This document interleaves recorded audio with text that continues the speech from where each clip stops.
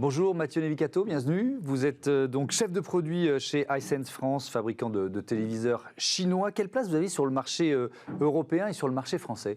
Bonjour Thomas, donc aujourd'hui Hisense est un acteur important sur le marché mondial de l'équipement de la maison. Ça va aussi bien du téléviseur, de tout l'univers du brin et aussi de l'électroménager. Donc aujourd'hui nous sommes le 4e fabricant de réfrigérateurs dans le monde. Et on est en fort développement sur les marchés européens. Et sur l'univers du brin, plus particulièrement de la télé, on est 2e ou 1er acteur en termes de vente de téléviseurs dans le monde. Dans le monde. Et en France, vous êtes en train de vous implanter, en train de grandir, c'est ça ? Exactement. La filiale existe en France depuis 2015. Ouais. Une filiale encore assez récente sur un marché qui est fortement dynamique, où il est dur de se faire une place. Pour autant, aujourd'hui, on arrive parmi les premières marques du marché sur nos catégories qui sont cœur, qui sont la télé, le laser TV et les réfrigérateurs. Ouais, on y reviendra peut-être au laser TV parce que je trouve que c'est intéressant d'en parler. Vous dites positionnement premium, alors ok, mais ça veut dire quoi exactement ? Alors Hisense, c'est un mélange entre en effet les dernières technologies, des designs premium et à un prix convenu. Qui soit accessible pour le consommateur. Donc on est vraiment dans une tendance marché de proposer les derniers bénéfices et toutes les dernières technologies que le consommateur peut s'acheter. Donc c'est vraiment un positionnement qui plaît de plus en plus. Alors vous êtes là pour nous parler de cet indice de durabilité. À partir du 1er janvier de l'année prochaine, 1er janvier 2024, l'indice de réparabilité devient l'indice de durabilité. Ça change quoi pour vous ? Alors, l'indice de durabilité, c'est un complément de ce qui existe sur l'indice de réparabilité. Oui. Certaines catégories, comme le lave-linge, comme les téléviseurs, comme les smartphones, les ordinateurs portables ou les tondeuses, vont passer à une nouvelle étape qui est l'indice de durabilité, comme vous l'avez dit. L'indice de durabilité, ça va apporter d'autres aspérités par rapport à la réparabilité. On va toujours retrouver des notions sur la réparabilité, avec des exigences qui vont être de plus en plus importantes, mais en plus, on aura des tests à effectuer sur la durée de vie des produits, sur les mises à jour potentielles aussi pour faire évoluer ces produits. Donc en fait, ça, on va regrouper 3 critères que sont la réparabilité, la fiabilité et aussi l'évolutivité des produits. Ouais. C'est quoi ? C'est un moyen de lutter contre l'obsolescence programmée ? C'est comme ça que ça a été conçu par les pouvoirs publics ? Alors, l'obsolescence programmée, c'est entre guillemets un mythe qui est aussi... Ça dépend des secteurs, mais bon. Ça peut dépendre des secteurs, mais voilà, c'est quelque chose sur lequel nous, chez Hisense, du moins, on lutte pour prolonger le plus longtemps la durée de vie des produits. Déjà, on a mis à disposition les pièces détachées, l'ensemble des documentations techniques pour réparer beaucoup plus facilement ces produits depuis maintenant plusieurs années. Oui. Et l'objectif, c'est aussi que les industriels, comme nous, comme d'autres, investissions sur des technologies, sur des matériaux encore plus résistants pour que les produits durent plus longtemps. Est-ce que c'est une évolution ou est-ce que, parce que ça concerne quand même beaucoup de secteurs, vous nous l'avez dit, de l'électroménager, ou est-ce que c'est une révolution pour le secteur ? C'est clairement une évolution. Pourquoi c'est une évolution ? Parce que nous, chez Hisense, comme chez d'autres compagnies, on est déjà préparé à cet indice de durabilité. On investit énormément en recherche et développement pour être prêt à répondre aux besoins des consommateurs. Il y a une attente des consommateurs de plus en plus importante sur le fait de pouvoir réparer son produit, de pouvoir garder son produit plus de 10 ans et pouvoir le faire évoluer aussi. Donc tout ça, ce sont des choses qu'on a déjà intégrées dans nos processus de recherche et développement depuis plusieurs années. Comment ça va fonctionner visuellement ? C'est quoi ? C'est une sorte de un peu comme un Nutri-Score ? C'est une note de A à E ? Ça va ressembler à quoi ? Alors, l'indice de durabilité est encore en cours de travail au niveau du CGDD. Donc c'est le CGDD qui pilote ce groupe de travail. En effet, ça devrait être une note qui irait de 0 à 10. D'accord. Et avec des précisions sur les différents piliers que sont la fiabilité, la réparabilité et l'évolutivité des produits. Alors, si je reprends les critères, il y a notamment la résistance des produits à l'usure. Comment il est calculé, ce critère ? Alors, c'est calculé par rapport à des normes européennes. Oui. Donc, les normes sont encore en cours d'étude. Donc, tout ça va très, très vite. Le gouvernement français et la Commission européenne poussent énormément pour développer cet indice au plus vite et ces différentes normes.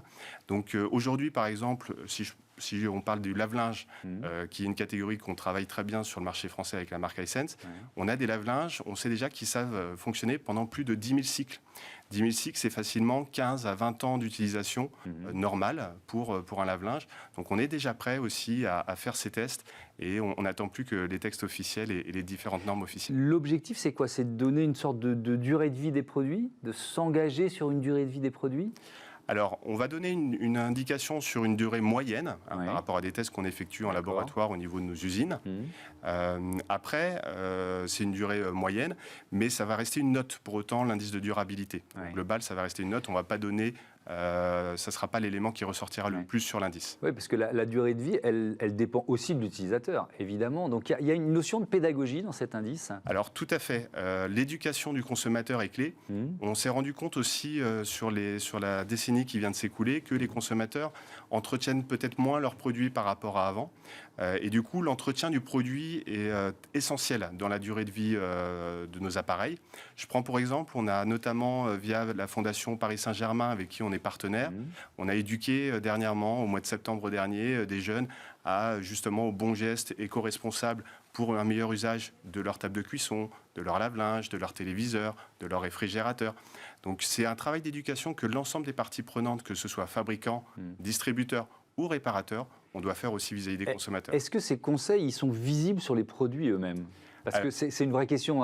Voilà, c'est vraiment la réaction de base du consommateur. S'il faut retourner, prendre le mode d'emploi, trouver la bonne page, bref, c'est ce qui freine aussi le bon usage, quoi. Exactement. Aujourd'hui, la plupart des informations sont au niveau du mode d'emploi. On est d'accord, souvent ce sont des gros pavés. On essaye de faciliter au maximum avec des pictogrammes au niveau du mode d'emploi, mais à l'avenir, justement, cet indice de durabilité va aussi obliger les industriels comme nous, et on travaille déjà aujourd'hui, à indiquer directement sur le produit les bonnes astuces d'entretien, comment nettoyer son filtre, comment nettoyer sa pompe de vidange, que faire aussi sur les mises à jour de ses téléviseurs.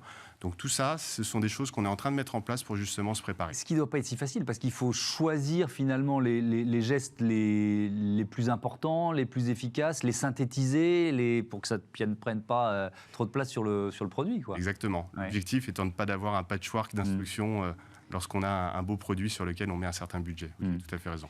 Il y a aussi la garantie commerciale de durabilité qui est réalisée par le fabricant, l'engagement qualité. C'est quoi ? C'est une garantie qui se rapproche d'une garantie sur la durée de vie d'un produit ou comment elle se différencie ? Alors aujourd'hui, la garantie commerciale, elle est de 2 ans pour l'intégralité des produits.